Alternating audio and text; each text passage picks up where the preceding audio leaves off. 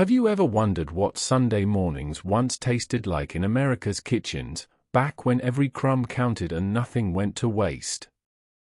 Imagine a time when the radio hummed in the background, families gathered around a crowded table, and mothers transformed the simplest pantry staples into feasts that felt like celebrations. These weren't fancy brunches or cafe specials. They were survival disguised as comfort, hope baked into every bite, and joy ladled out on the toughest mornings. During the Great Depression and wartime rationing, breakfasts became more than just the first meal of the day, they were the heartbeat of the home. A warm bowl of cream of wheat dusted with cocoa powder could turn a grey morning golden. Custard pie slices, left from Saturday night, became Sunday's sweetest secret. And when sausage gravy poured over grits hit the table, it wasn't just food, it was reassurance that no matter how hard times were, the family still had plenty to share. Pineapple upside-down coffee cake, egg noodle breakfast bakes, fried apple fritters sizzling in cast-iron skillets, each of these dishes carried stories of thrift, creativity, and resilience. Even the humble pairing of cottage cheese with fruit, or oatmeal enriched with bacon drippings, revealed how families stretched every ingredient to make mornings feel abundant. And let's not forget the pull-apart cinnamon bread or applesauce breakfast cake, simple treats that turned ordinary Sundays into small holidays.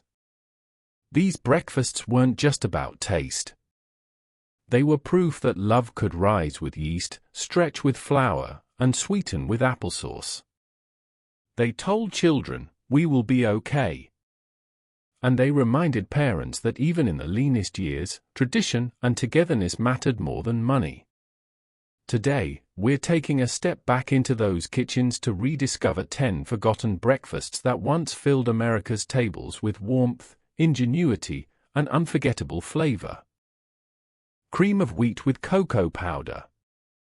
When cupboards were nearly empty and hope was often rationed, one humble dish had the power to make Sunday mornings feel whole again: cream of wheat with cocoa powder. At first glance, it was nothing more than porridge. Ground wheat simmered slowly in water or milk, thickened until soft and steaming.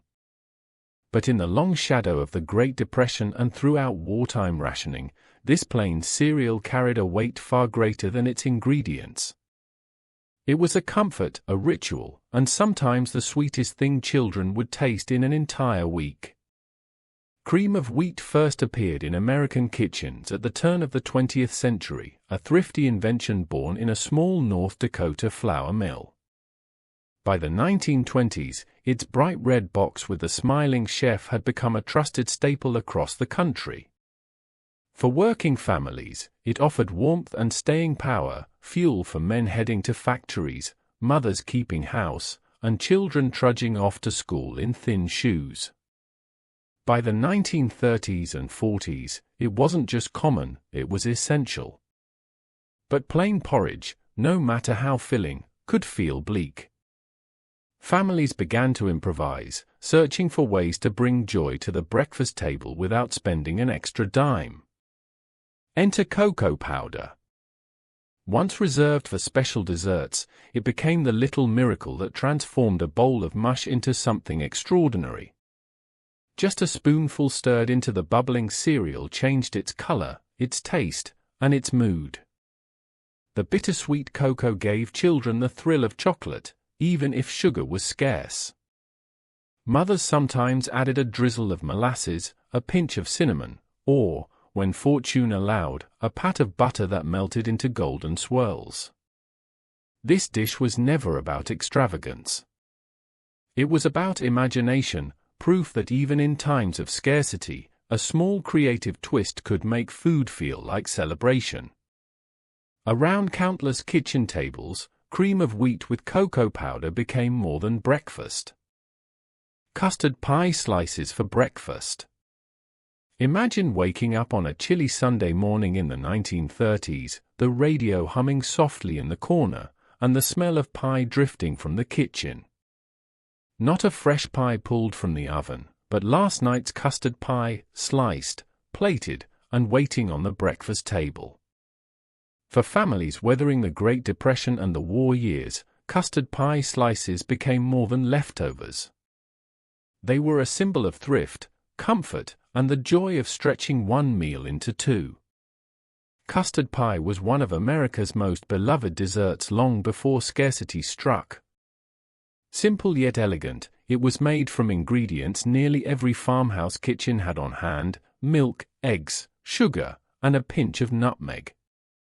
When baked into a golden, creamy filling set inside a flaky crust, it was dessert at its most honest. But during hard times, that very simplicity gave it a second life. Mothers quickly realized that a pie baked on Saturday night could serve double duty.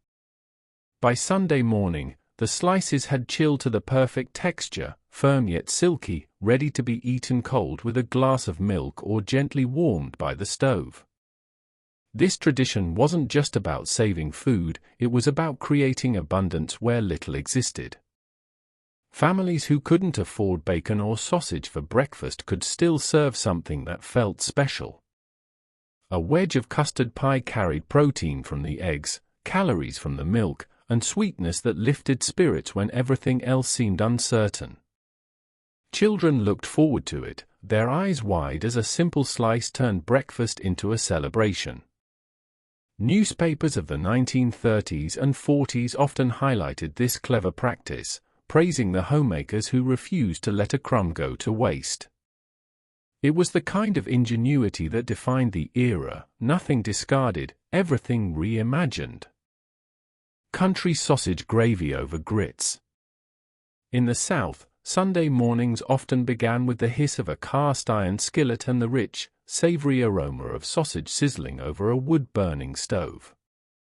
For families living through the Depression and wartime rationing, nothing stretched further, or comforted deeper, than country sausage gravy ladled generously over steaming bowls of grits.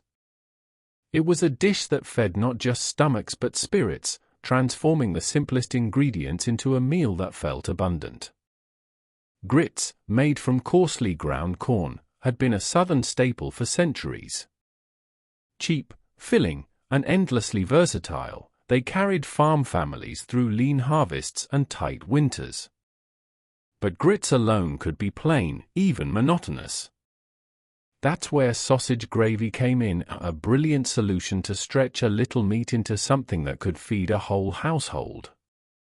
A pound of pork sausage, browned and crumbled, was whisked with flour, milk, salt, and pepper, creating a thick, savory sauce that clung to every spoonful of grits.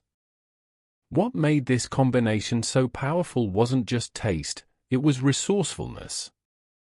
A few scraps of sausage could flavor an entire pot, ensuring that even large families felt satisfied.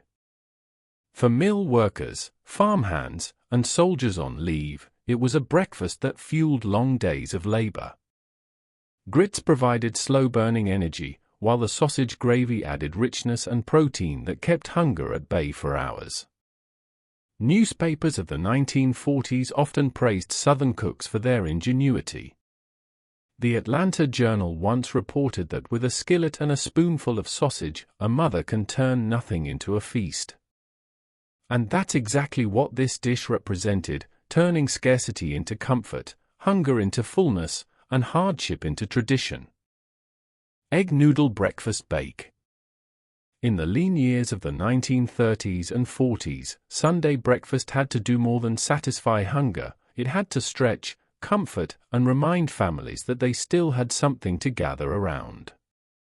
One dish that quietly made its way into countless kitchens was the egg noodle breakfast bake, a humble casserole that transformed the simplest ingredients into something that felt abundant.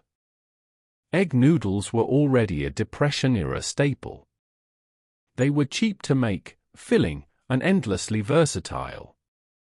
With just flour, salt, and a couple of eggs, homemakers could roll out long sheets of dough, cut them into ribbons, and dry them overnight. On Sunday mornings, those noodles became the foundation for a dish that was as practical as it was hearty. The recipe varied from family to family, but the heart of it was the same: noodles layered in a baking dish with milk, beaten eggs, and whatever scraps could be spared, bits of sausage, diced ham, leftover vegetables, or even just a sprinkle of cheese. The mixture was baked until golden on top, the noodles absorbing the custardy base and turning tender, while the edges crisped into a texture that children loved to pick at with their forks. This wasn't fancy fare, it was ingenuity. For farm families, it meant using what was on hand after a long week of labor. For city households, it was a way to stretch rationed ingredients into something that could feed everyone at the table. A single pan could serve a family of 6 or more, with leftovers warming easily on the stove the next day. Local newspapers often praised these bakes as the miracle meals, highlighting their thrift and versatility. They weren't just recipes, they were lifelines, keeping spirits steady during years when money was scarce and waste was unthinkable. What made the egg noodle breakfast bake remarkable was its quiet resilience. It turned flour, eggs, and milk, ordinary, everyday staples, into a dish that brought families together. And that's the true beauty of America's forgotten breakfasts. Dishes like the egg noodle bake weren't just recipes, they were reminders of how families survived with heart and creativity. Every pan pulled from the oven, every spoonful shared across the table, told a story of resilience.